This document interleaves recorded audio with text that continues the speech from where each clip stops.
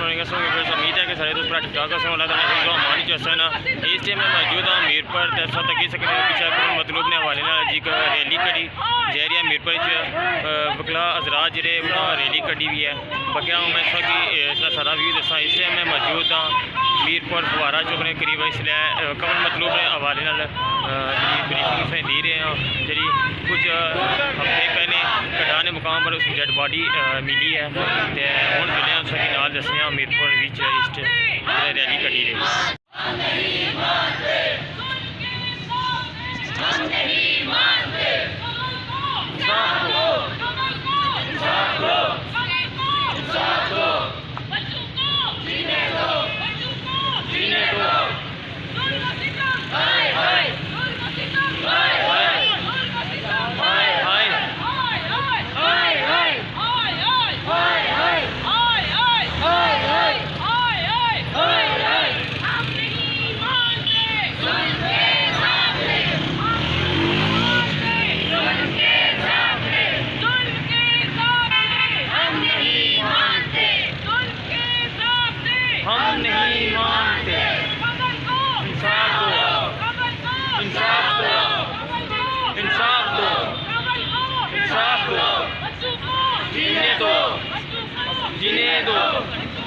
जीने दो